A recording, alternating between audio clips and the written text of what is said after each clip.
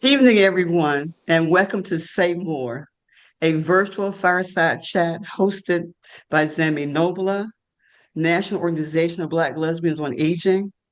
We are rooted in Atlanta, Georgia, with national members at large and state chapters in North Carolina and Georgia.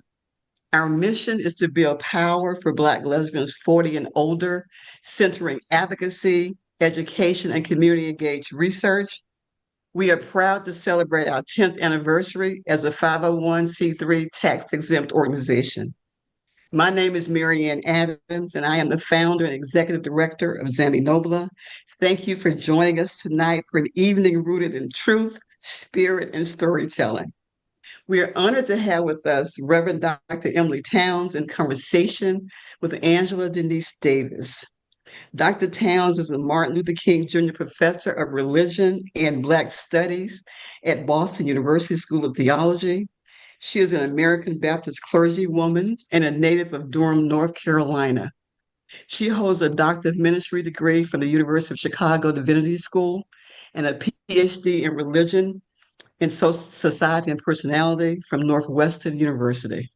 A leading voice in womanist ethics and theological education, Dr. Townes is also known for her many publications. Editor of two collections of essays, A Troubling in My Soul, Womanist Perspectives on Evil and Suffering and Embracing the Spirit, Womanist Perspectives on Hope, Salvation, and Transformation.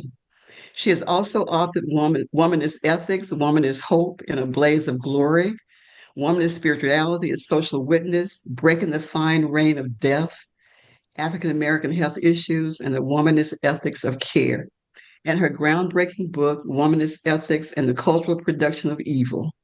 She is co-editor with Stephanie Mitchum on Faith, Health, and Healing and African American Life, and co-editor with the late Katie Geneva Cannon and Angela Sims for the Womanist Theological Ethics, a Reader.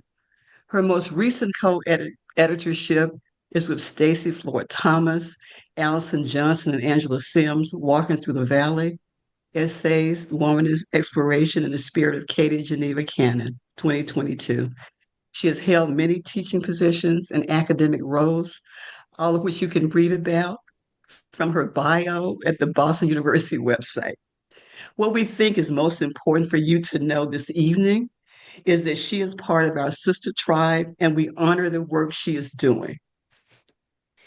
Angela Denise Davis is the creative director of ZAMI NOBLA, where she is the creator, host, and producer of the ZAMI NOBLA podcast and directs the community music program UKN and the Community Archivist Project.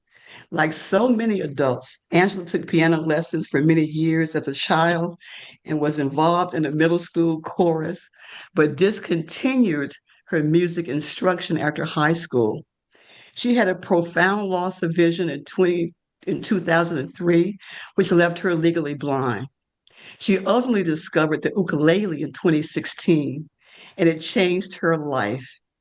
She believes that almost anyone can learn to play the ukulele and reap a wealth of benefits from music instruction.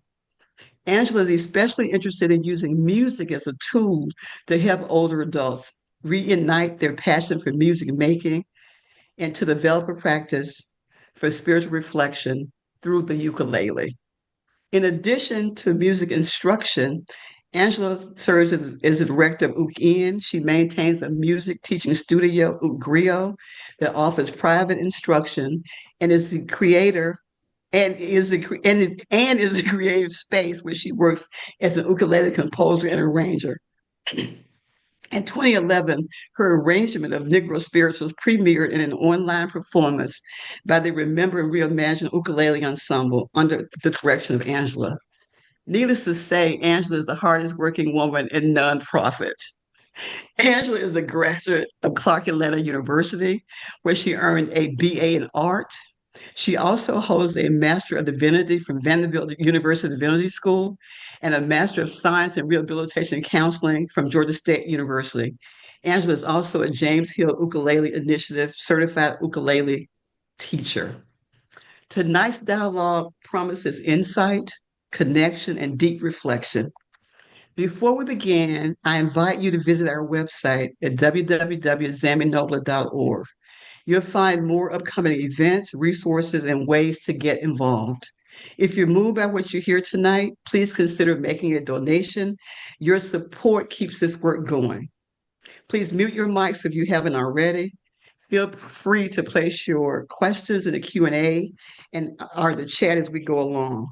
We will leave ample time for audience engagement at the duration of this fireside chat. I want to thank Edith Biggers for helping me tonight with the tech. So now let's settle in and get ready for Say More.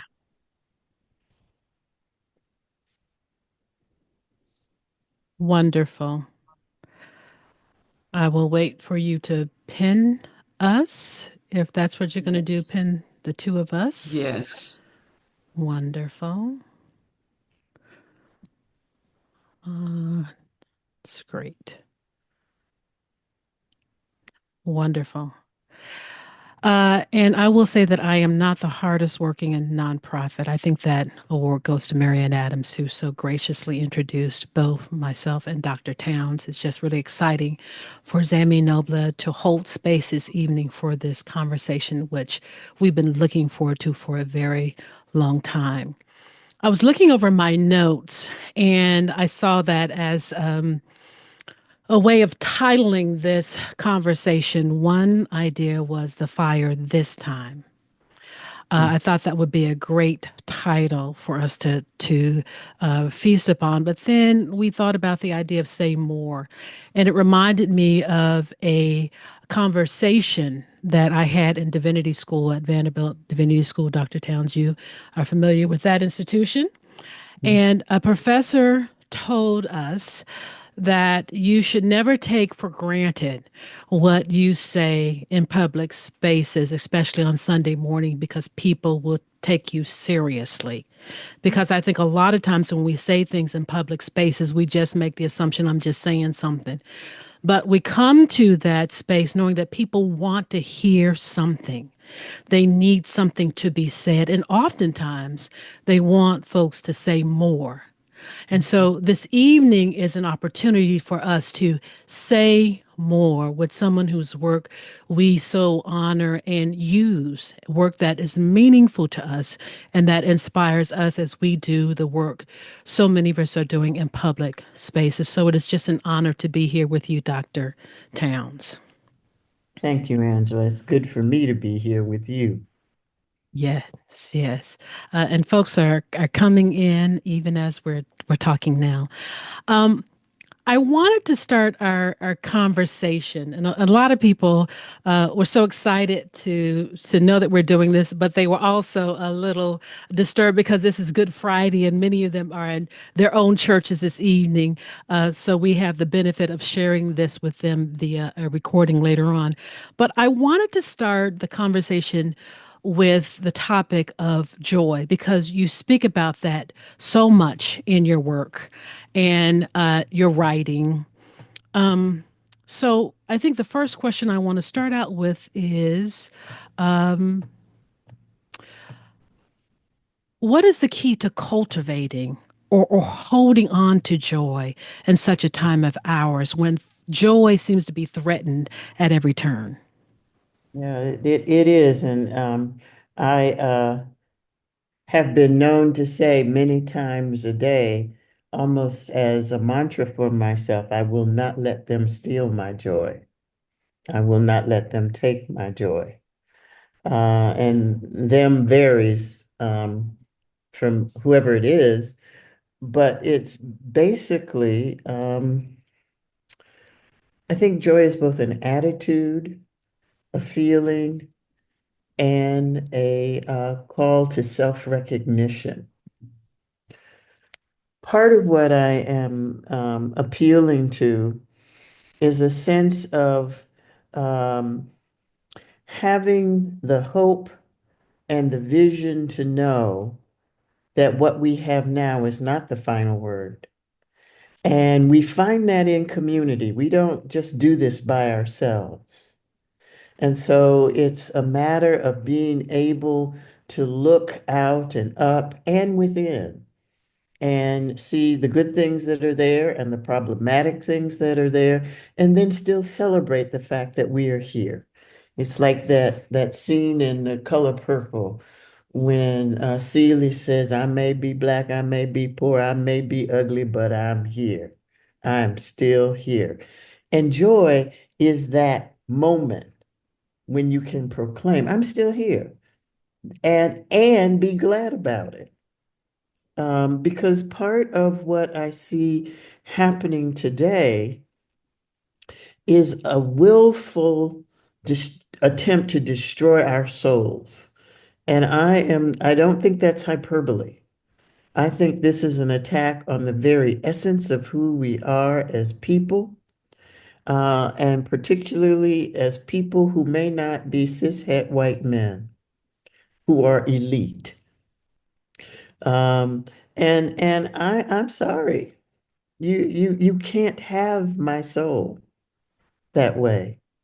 I am bound and determined to spread the good news and to be aware of the fact that I may not see the end, but that's not the point. The point is to be in the midst of the struggle so that those who come behind us um, have a little less work to do. So, joy in that is the moment where I realize I'm free. I'm free.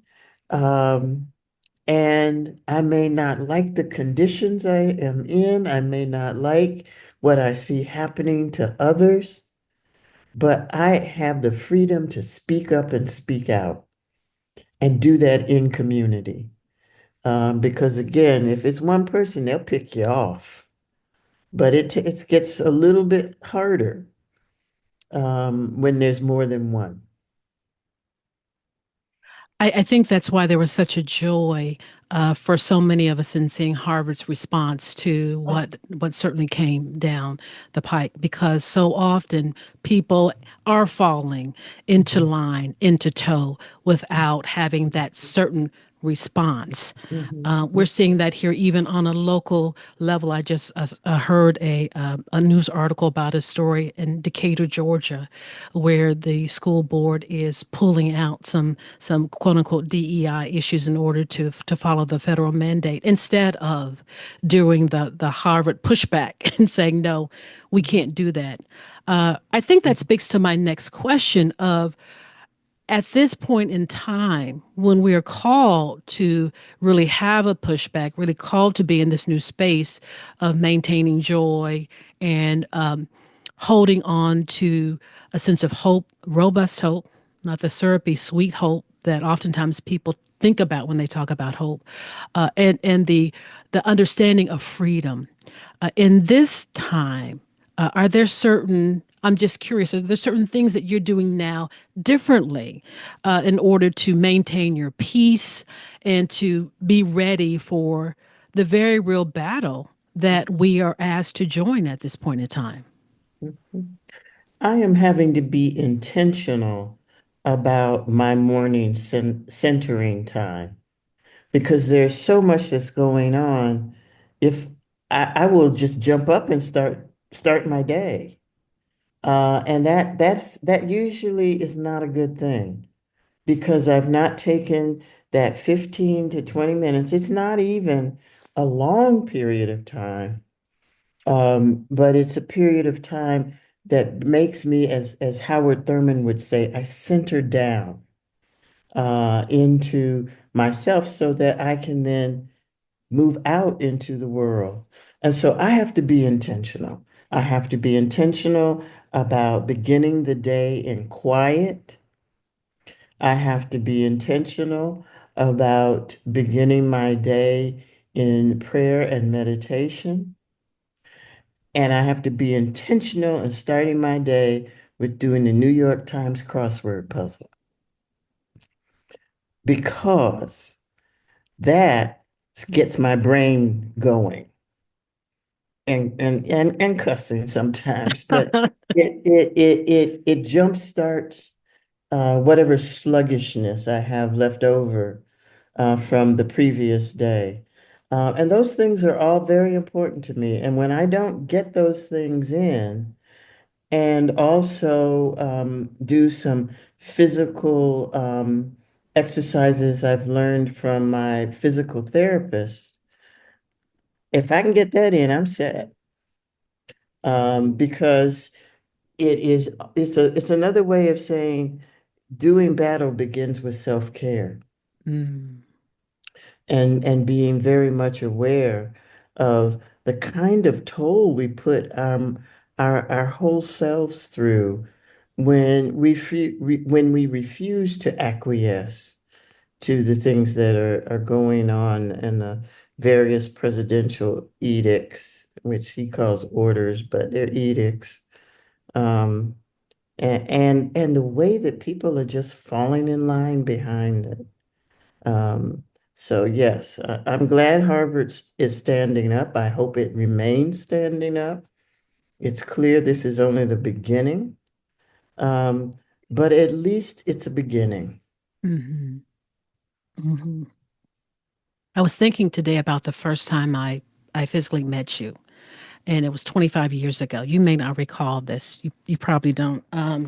But you came to speak at American Baptist College for the Garnet Nebbert lecture series. And Oh, yes. yes, I was working so hard that when you and Renita Weems came by for dinner, I couldn't even join you. It was just that sort of a situation. And there was a lot of background conversation you may not have been aware of, but certainly by the evening, when it was time for you to speak, you may have come to see that there was some conflict because when you got up to speak, a lot of the brethren walked out because they were really offended that you were there as a woman speaking in that space, giving voice, saying more to what needed to be said. Mhm. And I always saw that as a very profound moment in a way of thinking about you, a way of your being ornery in a sense, of standing in that place when so many of those folks did not want you there. And I've come to hear you talk a lot about colored orneriness and orneriness. And I am assure that over the past 25 years, you've probably become more ornery. And I'm wondering if you could just talk to us a little bit about what that means and how it differs from the politics of respectability, because so many of us have been taught that, especially in times like this, don't rock the boat. You know, go with the flow. Things will change. God's going to handle it.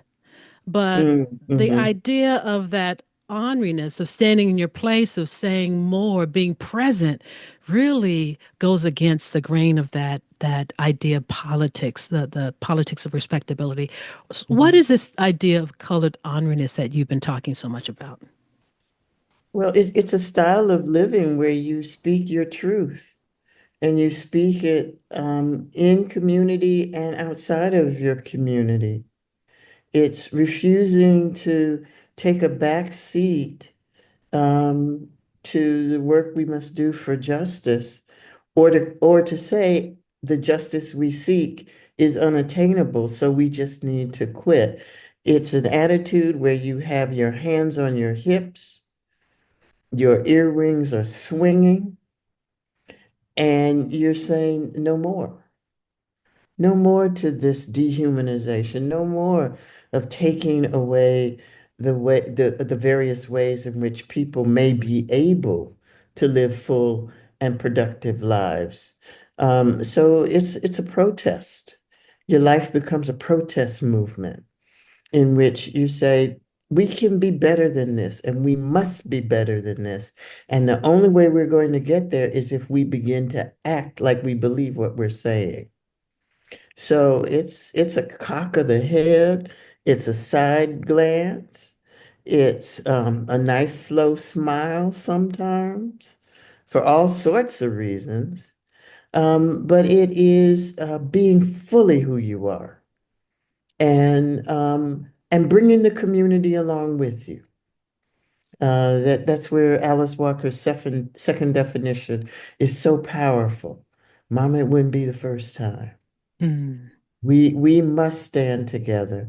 And so it's a call to live with our necks straight and unnoosed. Some people would say that can also get you labeled as being an angry Black woman. I don't care.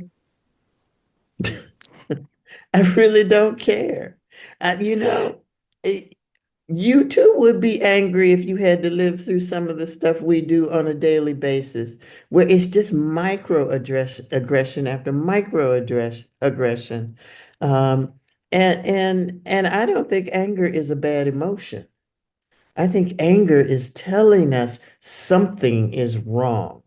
Mm. And we need to name it so that we can address it. So if you call me angry Black woman, I say thank you. I think that's wonderful. That's wonderful. Um, Angry I, Black woman, indeed. Go ahead. yeah, I mean, who wouldn't be angry at this point in time? Uh, but so many of us are taught indeed that you have to be respectable. Mhm. But I don't know how you can be respectable in the midst of real war. And maybe that speaks to the fact that so many times when people say that they're not recognizing that this is, in fact, a real war. That's the Mm, thing that's been really interesting to me and why it's important for us to say more. Is there's some people who just make the assumption that, it's going to be just 4 years and everything's going to be okay. But no. there in the next 4 months, we don't know what's going to happen where it may not be another 4 years just because of the nature of what's been going Mhm. on. So anger has a real place and a right response. So thank you for stating that. And this may be a more of a question for me than anyone else, but I remember you talked in your interview with the ZAMI NOBLA podcast about your experiences growing up as a young girl and spending time in Duke Forest in North Carolina, and how Mhm. your mother allowed you to spend those Sunday mornings, afternoon, just in a spirit of contemplative Mhm. spirituality out there. And that's a vein of spirituality that's just fed me a great deal.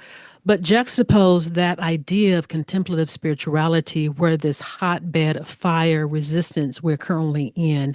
Mhm. Some people would say that that's a dichotomy that cannot exist.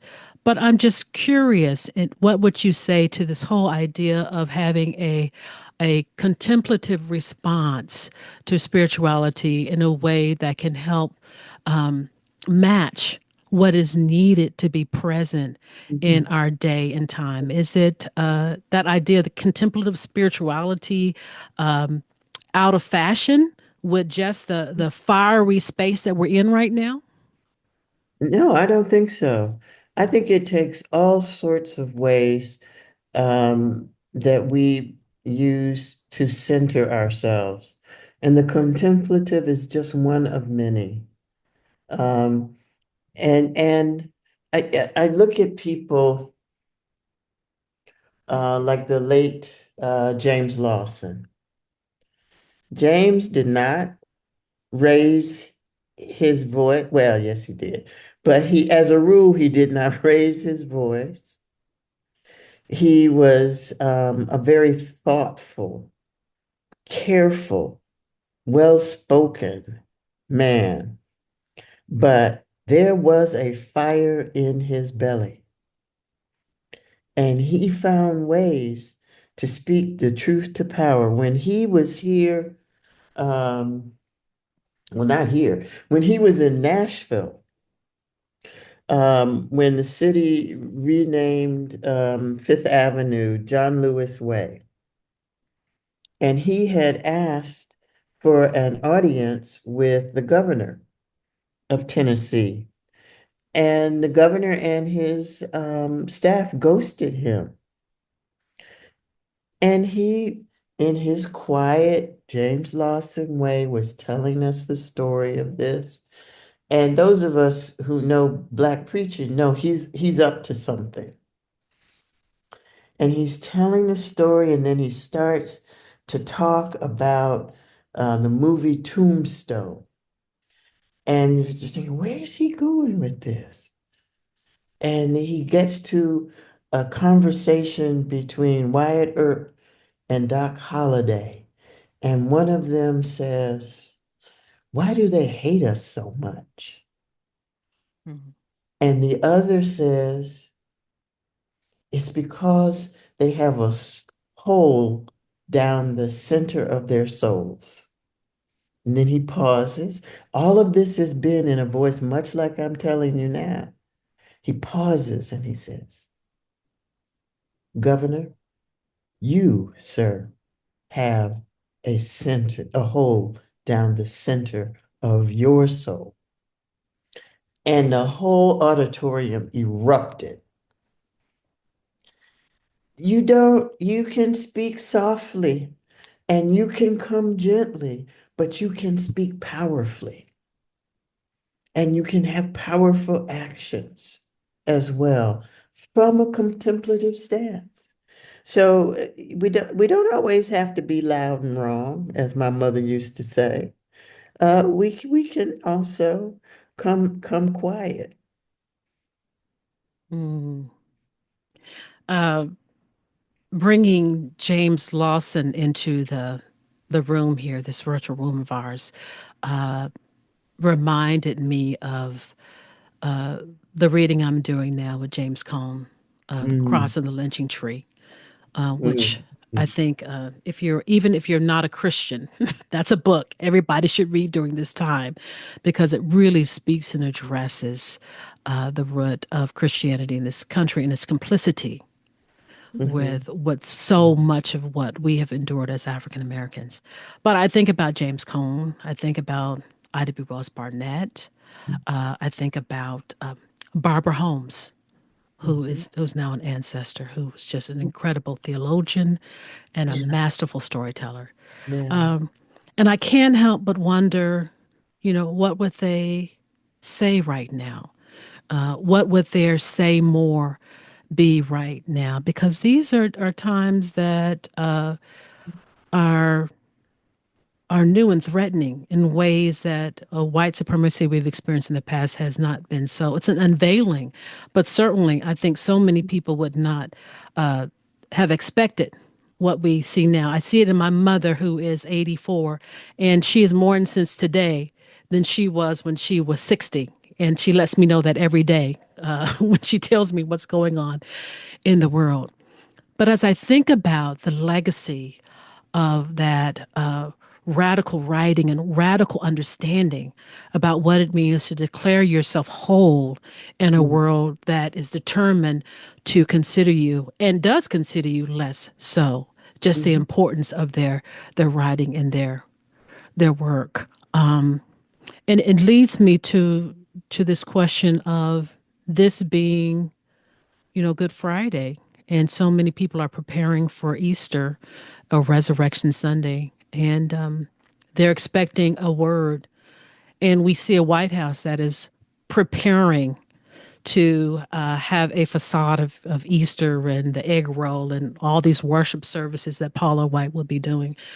Uh, what do you think uh, could be said, should be said, might be said on Sunday morning for people to really understand the times that we're in and the response that is mhm. needed.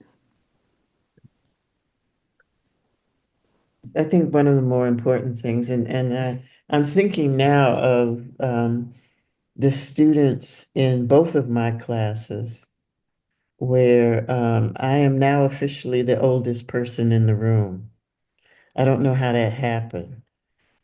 I turned around and I've I'm now approaching silver fox age. Um, and they want so much to do something. They don't like the world as it is. Um, and they are also fighting against feeling defeated. And I'm drawn to something Jim Cone said to me once. Um, and I won't do the whole story because it'll take too much time. But when I was struggling, I couldn't figure out why, after the book I did on Black health and healthcare, I still had hope because every chapter was just a trail of tears. Black health hasn't gotten any better. And what that book is, what, 20 years old or something like that? Um, and I explained to Jim, I don't understand why I still have hope. And Jim reared up in his seat and he said, Emily, you have to have hope. You must have hope because the only alternative is despair, and then they've won. And I was, damn, Jim, you're right. I was never taught a day in my life in any church I was a part of to live my life in despair. It wasn't the message from the more conservative pastors we had to the more liberal pastors we had. It was not, there was no message of despair. If anything went wrong, folk went right to the cross when their sermon was failing, and then there was victory and joy. So there was a way in which um, I think we must turn away from despair. There is a reason why the tomb is empty and so is the cross. This is my Baptist coming out big Mhm. time. Because I'm well aware there are other faith traditions within Christianity that don't feel that way. But for me in my house, the empty tomb and the empty cross means I still got a chance.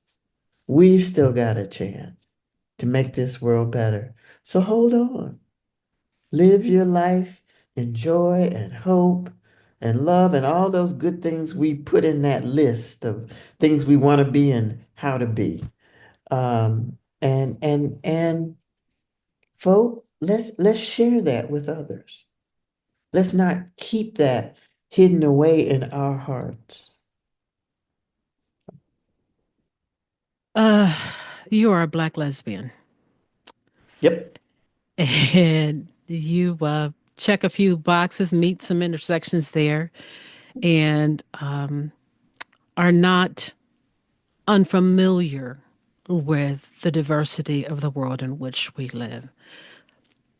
I say all that because I think a lot of people who at this time are facing the crisis of our nation, of our globe even, are facing it with single issue politics. It's just Mhm. about, what I'm doing as a Black person.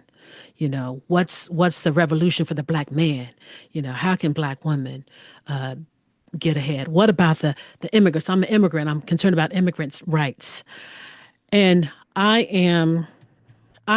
am thoroughly convinced, like Audre Lorde, that we don't live in this battle of liberation, fighting these single issue politics. That it really is, as she would say, keeping afloat all of our identities, and with that, coming to understand that there are other people who need our energy, our hand in the struggle, so that we can fight together as a Mhm. coalition, and that's the only way forward. It's not just me fighting the world as a Black woman, a Black person, as a blind person. It's all of those identities that I bring to the front. How do we begin this conversation of helping people who think that my participating in someone else's fight will diminish the energy that I bring to my own Mhm. struggle? How do we encourage people to really come into a place of coalition and understand that it takes all of us? And as King would say, a threat to justice anywhere is a threat to justice everywhere, uh, Um, be it Gaza or Georgia, that wherever we find ourselves or our ear is placed to hear revolution, that there is an interest for our energy to align with that as well. How do we really encourage someone, let's say a black, gay, or lesbian person who would say, I'm not interested in trans issues, or I'm not interested in immigrant issues, just as much as a white person would say, I may say, I'm not interested in those issues of those other people. How do we encourage coalition and shared revolution? I think we have to make physical spaces for people to come together. Um, I don't think we learn how to work a matrix theoretically. We have to get in there and practice doing it, and see what it means for each one of us, because it's not going to be the same thing, as folk enter into realizing they can think about more than one thing and it would be okay. And maybe even do two or three. But know your limit, because some folk can't go any further than that. So it's also being aware of who we're working with. But I do think that finding physical spaces for folks to come together to figure out what we're doing and why. And something that is not unusual in a lot of our theological schools now is listening circles. So putting to work those listening circles where you have folks who are not all of one mind, who must sit together and listen to each other. And yeah, I'm a firm believer in a notion called particularity that's in womanist thought a lot. And all that means is if you tell your story with much precision and care and depth, those listening to you, really listening to you, will begin to see linkages with their stories. Not the same. That's not the point, but linkages, so that you have it becomes the gift of learning. We are in some ways a common people. So how do we get there? It starts with listening. It starts with um, being willing to put ourselves in a position where we may not be the expert, and it's going to be all right. We're not going to suddenly explode, or people are going to see us as charlatans, or we have to maintain this strict veneer. All those things are bad human designs on trying to be the holy. And it just doesn't work. It does not bring in new people, transform people, or even people who are just trying. They Mm. may not get it right, but that's okay. They're trying. Um, so those are, and also come with the recognition you're going to have to give something up. We can't all have it all, but there is enough for all of us. So let's start living that way, as opposed to thinking that we must hoard our stuff and squirrel it away. And, my issue is whatever. And if we get that taken care of, the world will be a better place. No, the world will be lopsided because we are living in a matrix. Um, and we have to proceed with as many people as we can who are representatives of that matrix to make it a better place. I've heard you use the word matrix before. What do you mean by that? It's all connected. It's all ooky and intricate. And it's not just race, and it's not just class, and it's not just gender or sexuality or sexual orientation or age or ability, or no, it's not, it's all of that. That's the matrix. I'm going to open up the floor for some questions, but before I do, I want to circle back because I Mhm. think what has really been a holding for me during these certainly these past few months, and I'm sure a lot of it's due to some of the things I've heard you say in your lectures and in your writing, as well as other things I've been reading and thinking about and hearing in music and poetry. But it hit me a couple of months ago that the I think the best way to live in resistance to so much of what's going on is to maintain my understanding that there is joy in the world that I need to live out each day and not let be taken away from me, even when it's threatened. And to smile in the face of that joy, to wake up in that joy. And if I don't wake up in it, certainly to put it on when I wake up. I mean, as a constant reminder of joy. And as we get ready to open the floor to others who have questions for you, I'm just wondering, what is the joy you have as an older Black lesbian? We know that ZAMI NOBLA focuses and centers on Black lesbians 40 and over, and we have incredible allies who are joining us here tonight. But I think as a way of really helping uh, those in our audience who may be struggling with a sense of what do I need? What seed do I need to keep me going every day? And I recommend the seed of joy for you. Uh, what is the joy you have every day, especially as an older Black lesbian, looking at the work you're doing and the life you're living? Yeah. Um,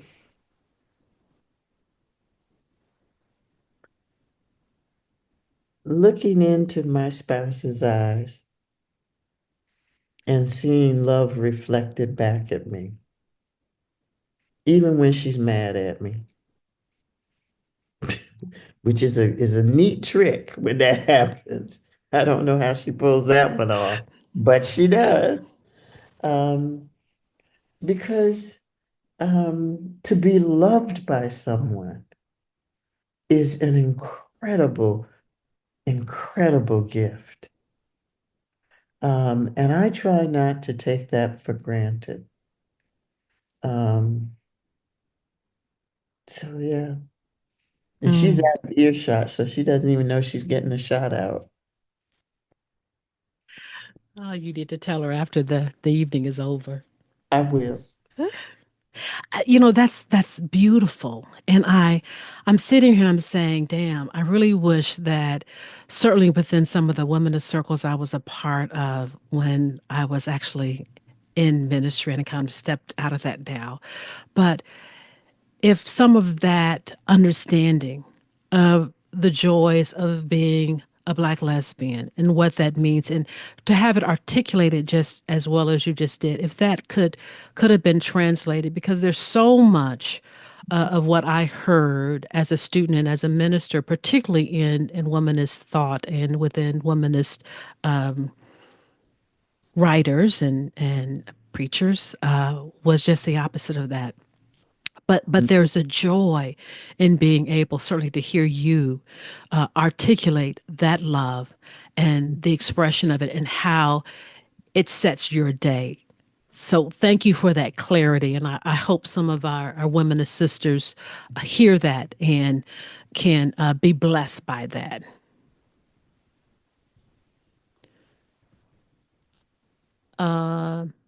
Marianne, I think now we will open our space for those who have questions or want to make some comments for Dr. Towns.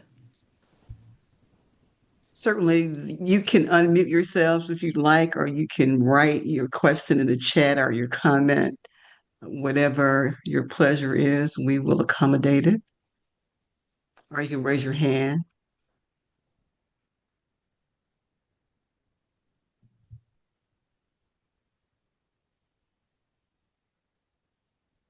Danielle, Good evening, everybody, and good evening, Dr. Towns. How are you? I hope you're well. I just wanted to I'm take the opportunity to say thank you, a tremendous thank you. This has been a very difficult day for me and a challenging day. Like many clergy, I am doing the seven last words here, there, and everywhere. But I wanted to be sure to make this as a queer woman, as a trans woman, as the first in the nation to go and get ordination, get an MDiv, get a THM, get some education. I wanted to be sure to be here to thank you, to celebrate you for always including trans people. Um, and even as I mourn the passing of the transition of a sister, a fierce advocate for trans people in New York. So your words are a balm to me today because I'm thinking about all of that. And I'm thinking about how you lead by example in showing us how to stand as a visible example of queerness, right? And people, so people might see something in you, as you just said.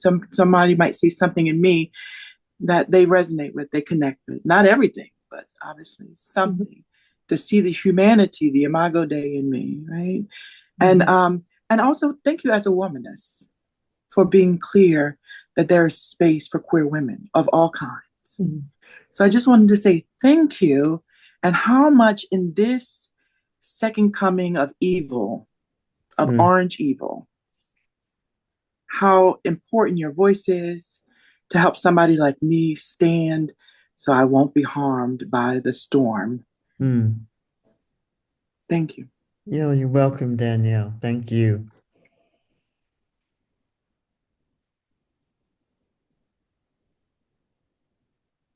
Mm.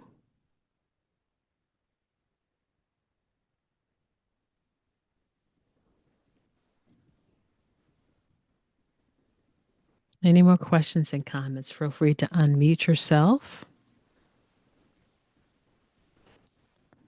Should we be glad or angry at the fact that David Brooks has ended an anti-Trump essay with, I'm trying to read this, let's see. With the words, "We have nothing to lose but our chains." Is he taking these words from the famous Asante Shakur quote as his own without acknowledging where it's from, or does this show how a really wide coalition can be possible when a conservative Republican can say these words? This is a question from Lorraine Fontana. Mhm. Uh, for me, I'm stunned that David Brooks would end with that, and I don't know if he knew he was echoing Shakur's words, but I'm glad he knows those words and is using them. Now, if it were a paper and being graded, I would have to mark him down on that. But in times like these, um, I think we need all the strange allies we can find. And I would have rather he acknowledged that. But the fact that people who read him and expect to get a conservative viewpoint, and he instead comes from a place of, we're in trouble, y'all. Um, and not toe a line that I think is demonic. I'm willing to take that. Now, if he keeps doing it, then he needs to be called out. But I do think it does suggest that a truly wide coalition just might be possible. Things just might be getting that bad, Mm. so that people are beginning to see that what they thought was, well, if we do this, we'll get them. And now they're finding out they are them. And if things keep going the way they're going unchecked, we're all going to be them. I don't think fascism is a respecter of folk here. Angela, do you have anything to add to that? No, I have nothing to add behind Dr. Towns. I think she articulated it quite well.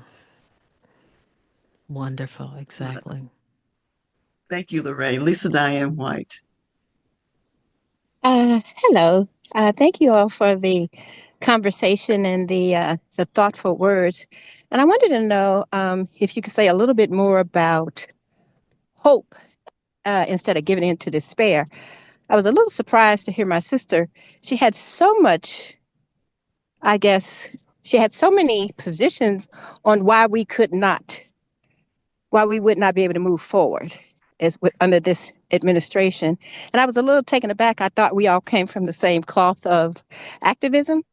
And I heard that point about hope, that if we don't have hope, then we give into despair. Could you speak more about that? Because I plan on having that conversation with her after this, and I'd like to be a little bit more ready. Yeah, but Thank you so much.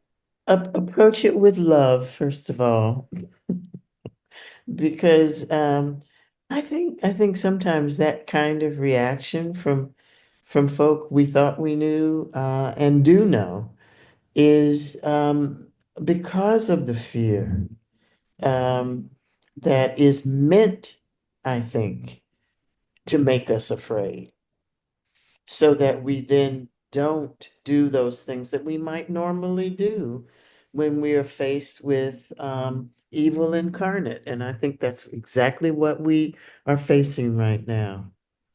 So part of what hope is about is having someone like you remind your friend who she is, who she has been, what she has believed, and to assure her those values are not useless, are not trite, but they are the very things that will help her get up and with you and others live to agitate and fight and speak out and do all the things that you have done throughout your lifetimes to try to make the world a better place. So that I think is where hope comes in. Sometimes it's to help us remember we are not alone. We have people who can help us remember who we are and what we have believed when things get shaky or scary or deadly. Hmm. Thank you for that. I certainly saw her fear, and you have given me a formula to respond to it. So I really appreciate it. But come with love, Lisa, now. Come with Most love. definitely. We came with venom, and it didn't work well. So Yeah, I'm yeah. coming back with love now. All right. Well, Lisa Diane was in a collective we have every Sunday, and we read your quote from one of your, I think it was the Parkside lectures a few years ago, where you talked about how we need not choose to wear the haute couture of venom and despair. Oh, Uh, yeah. I yes, love that line when I came up with it. I we loved it too because we said haute couture as Yeah. opposed to and juxtaposing that with the thing Josephine Premise always said, always wear joy, Mm. and how we can choose to do venom and despair or joy. So I'm so glad that Lisa Diane was able to have you actually provide more wisdom on that subject. Tamara Springs. Thank you. It's Tamara. Tamara. Thank you so Oh, much. Tamara. Tamara, Yes, yes.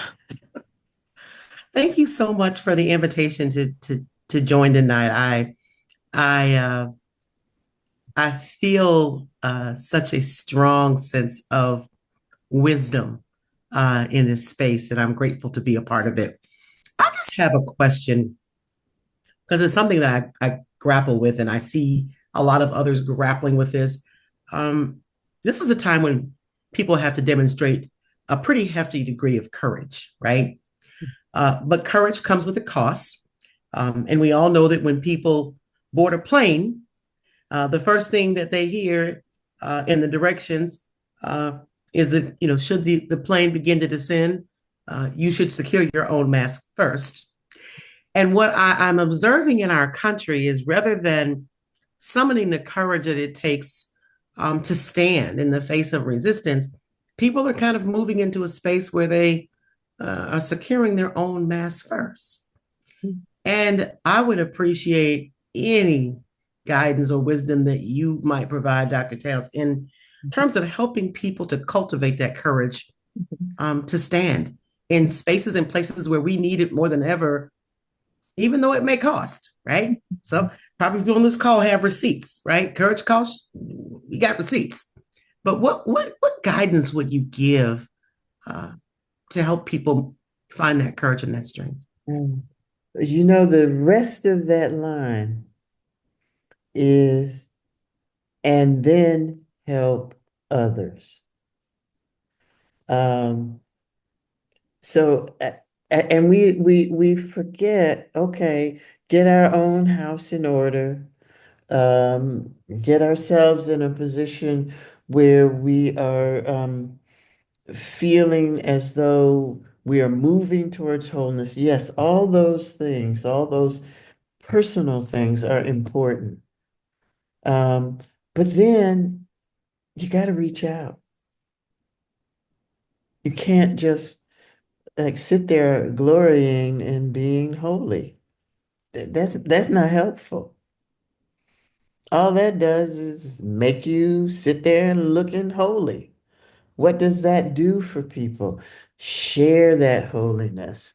It's like with communion. The loaf is not left whole. You have to break off pieces, or the communion wafers. You crumble things in order to really participate in the communion meal. And then it comes back to wholeness when we all gather, when we have taken those pieces and bring our whole selves to the altar in order to do something. So I think it's so important to remember to remind ourselves and others that the gift you've been given, the gift we've been given, is to be shared, not to be hoarded.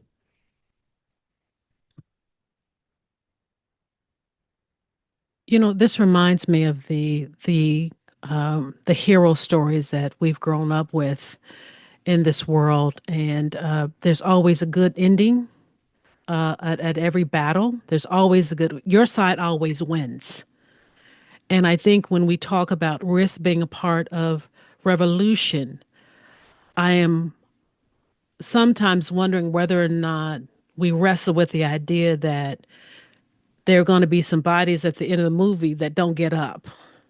Mhm, Some people who aren't going to be saved, mhm, some casualties of the war and the battle. mhm, And I sometimes wonder if we start in the beginning with getting rid of this idea that there's always going to be a good end to the story, that there's not going to be a Medgar Evers on a front porch, but he's going to come home to his family every night. If we can start with, in the beginning, the idea that we don't know how it's going to end. mhm, But that's not what we're called to. We're not called to a story with a good ending. We're called to risk revolution and mhm, being a part of the process. mhm, So I can't help but to think how just the legacy of all that's gone before us and those freedom fighters and people who've done the work, we could do the name call Harriet Tubman, Sojourner Truth, everybody, Barbara Jordan, everybody who's risked that revolution. And there may not be a good story at the end. It may be a very tragic story. But I think that's when we put ourselves into the place of revolution, knowing that we're not called to just do it for ourselves, but it's something that, as you said earlier in the beginning, we may not see it in our lifetimes. mhm, That's not the war we're called to. That may be the battle we're doing, a part of that war, but there's a longer war beyond our own piece of that battle. mhm, mhm. very much so. There's a question from Beverly Crawford. You mentioned wholeness. Can you elaborate on what a whole self looks like? Hmm. Yeah, the thing that came to mind immediately was the line in For Color Girls. I found God in myself and I loved her. I loved her fiercely. That's the first thing that came to mind. Um, it is, I think, wholeness doesn't look the same for each of us. Wholeness is when we are at that place where we realize that there is a deep, resonant hum to our living. And we have to listen for it. We sometimes have to be very still to hear it. But that hum, I think, is where wholeness begins. I think it then moves out from our core and begins to look like things like, um, eating right, finding a way to, and these are all sins I'm guilty of. So I realize I'm talking to myself.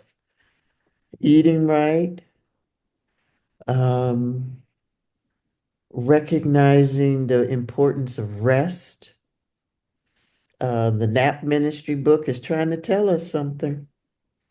We need to take time out for ourselves. And so what happens when we get to wholeness is when we have this sense of I may not be complete, but I am happy with who I am. And I know I can get better. So you never stop. You never you try never to act as if you have accomplished your life before you have accomplished your life. And it's a sense of self-awareness. Um, I think wholeness, for me at least, is, and I'm going to appeal to the great prophet Geraldine that was created by Flip Wilson.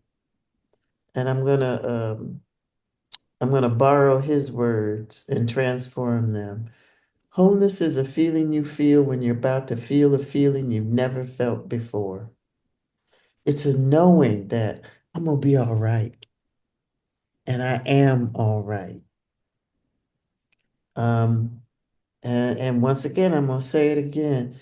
Do it in community so that there are others there to celebrate with you. Mm,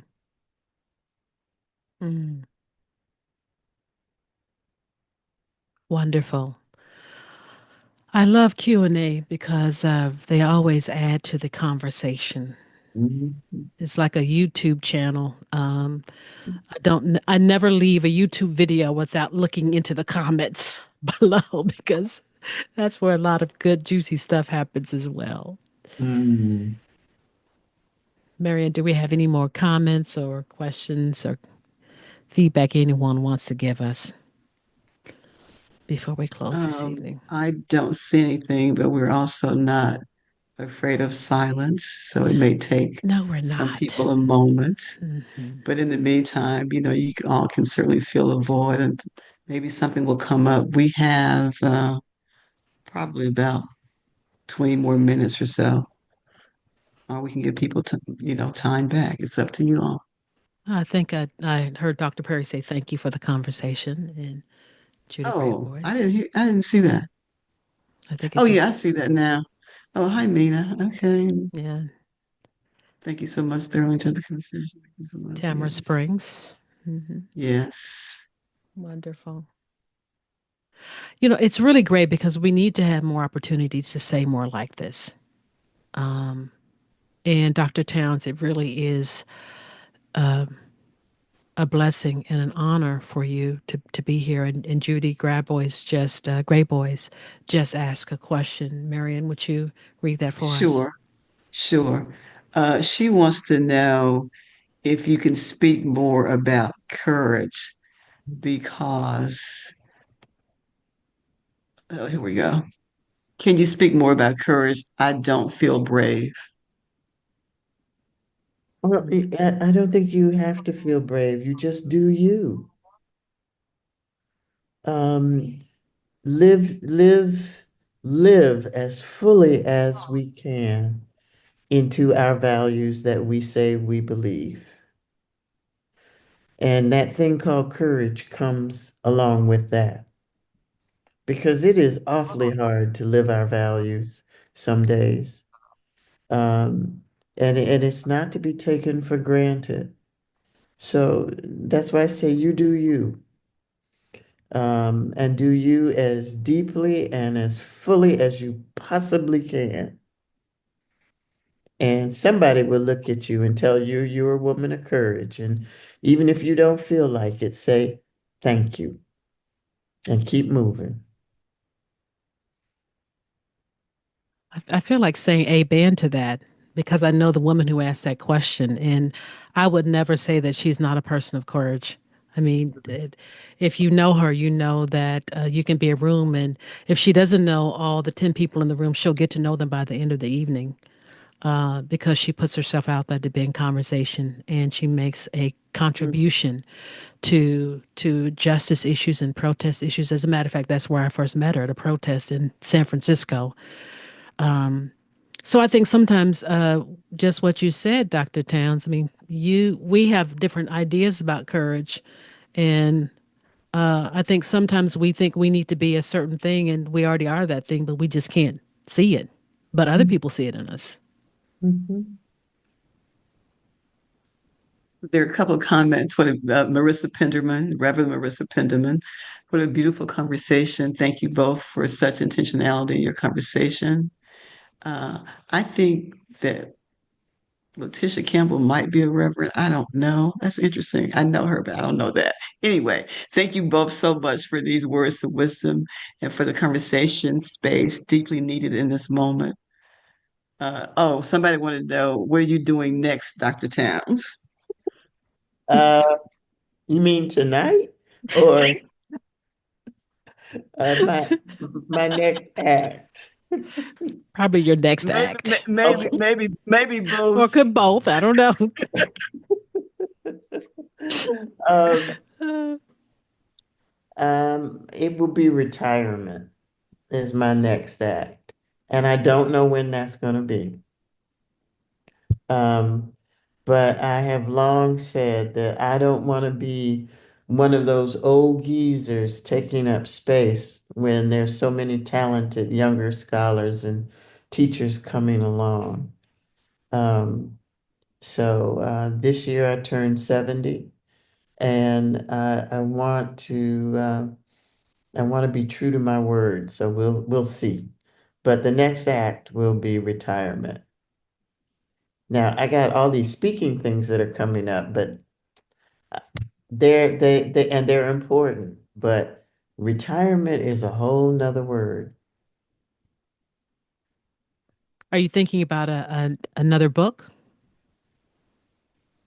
And there might be another book, but I have learned that, oh, yeah, I haven't written a book since um, Cultural Production of Evil came out in 2006. Um, and it took a while for that book to catch on. Um, so in some ways, it feels like I just finished it. And in other ways, it's like, well, there's some things in there I need to do something differently with. But the thing that I learned in writing that book, and I suspect if there is another book in me, it is the same thing happening.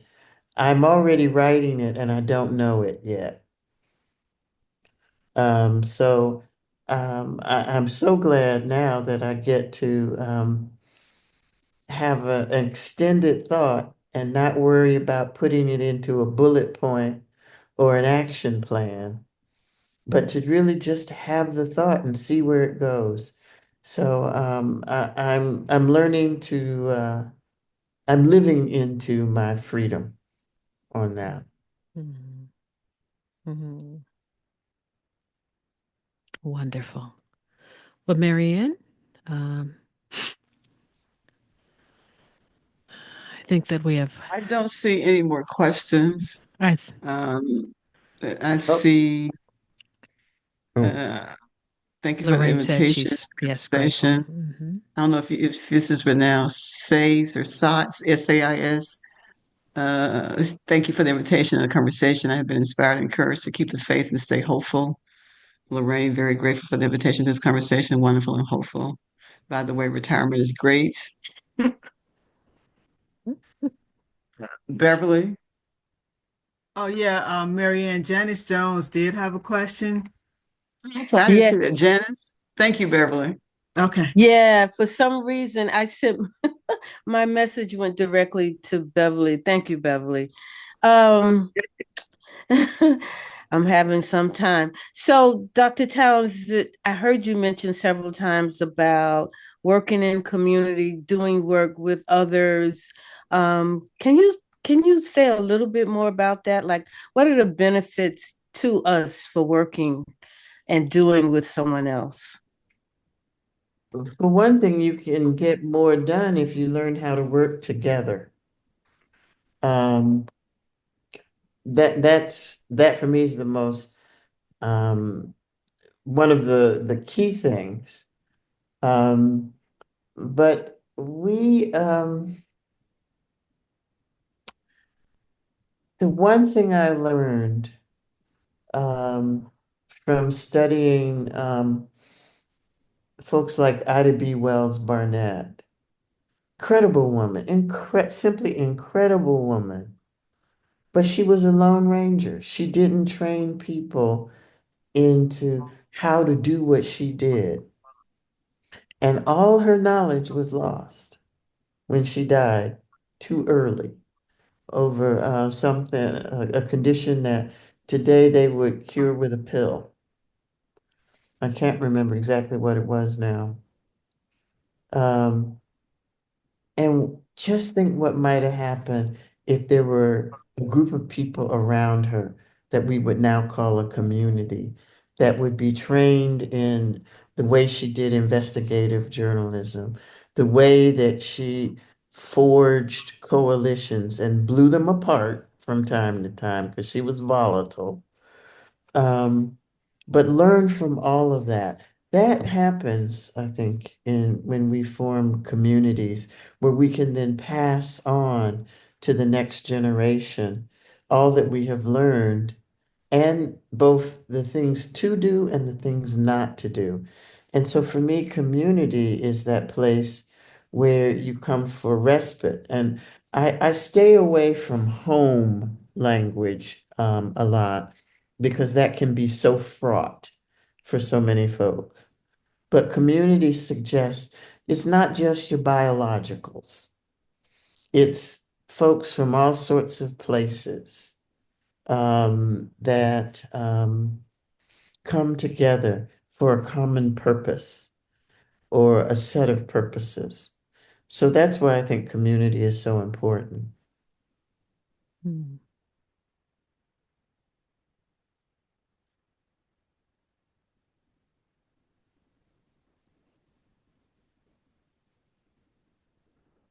It's funny you would bring up Ida B. Wells Barnett. I just have a copy of Woman is Justice, Woman is Hope on my desk back there.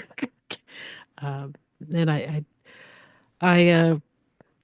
I take to heart what you say about her because so often we forget that aspect of needing to share, even in leadership, uh, our community. What we've learned and how we can go forward. So those words are well taken into heart.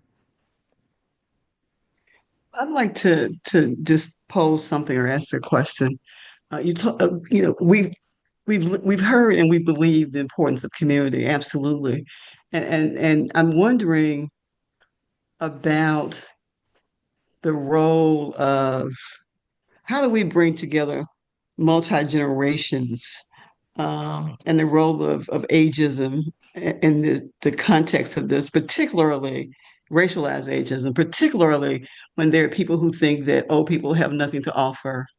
Uh, we have nothing to say. We are certainly out of touch.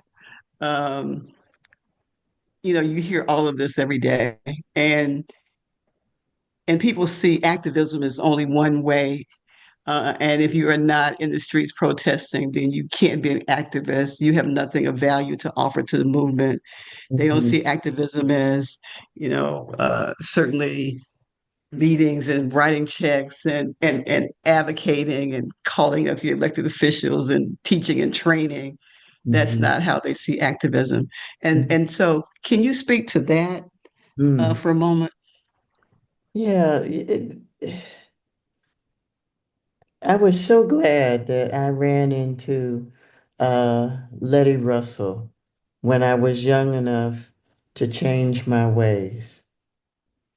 Um, Letty was one of the early feminist theologians who actually incorporated a race analysis in her work.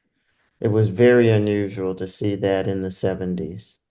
And Letty was doing it and living it because she, um, early in her life, was part of a Presbyterian cooperative parish in Harlem. And she cut her eye teeth on having to deal with her whiteness as not being helpful all the time and having to really learn what it means to live in coalition with people. And one of the things she said to me one day was, activism isn't just marching, it's how you design a syllabus, it's how you teach your class, it's how you um, put your courses together. It's what you do when you sit down with a student and they have a problem and you help them through it and encourage them not to go back and do the same destructive behavior that they had learned from generations of family abuse and misuse. Activism is that too. Activism is not just one thing. And I think folk who have a narrow view of how we live the world, have a narrow view of how we live the world. And that needs to be called out, but also an invitation issued to say, come and let's sit down and let's learn how to listen to each other.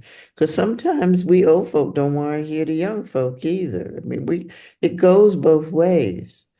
Um, but what troubles me most when we're not listening to each other and we are dead set that there's only one way to bring in the kingdom of God is the arrogance that comes with it that keeps us from really seeing each other as human and keeps us away from being humane.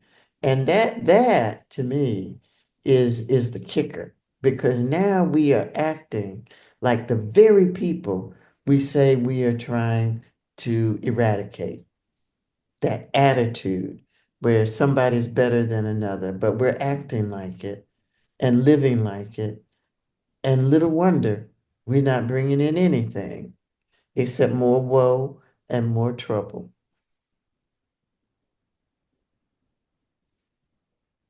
Mm.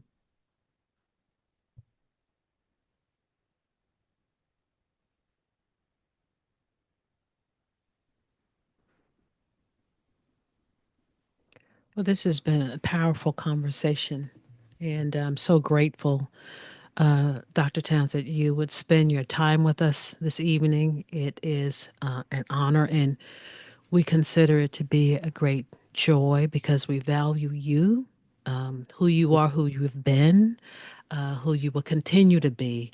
in the landscape of our liberation. And we are, in the words of my great aunt Lucille, we are eternally grateful for your time this evening. Oh, thank you. It's always a moment for me to be asked by you all to come and try to answer questions that nobody but God can answer. Well, then there's God in you because you answered them and you've given us something to think about. People have been inspired, and so the divine is present this evening, and so we are grateful. Well, thank you. Marian Adams, I turn the table back to you. Thank you all so much for spending this time with us this evening.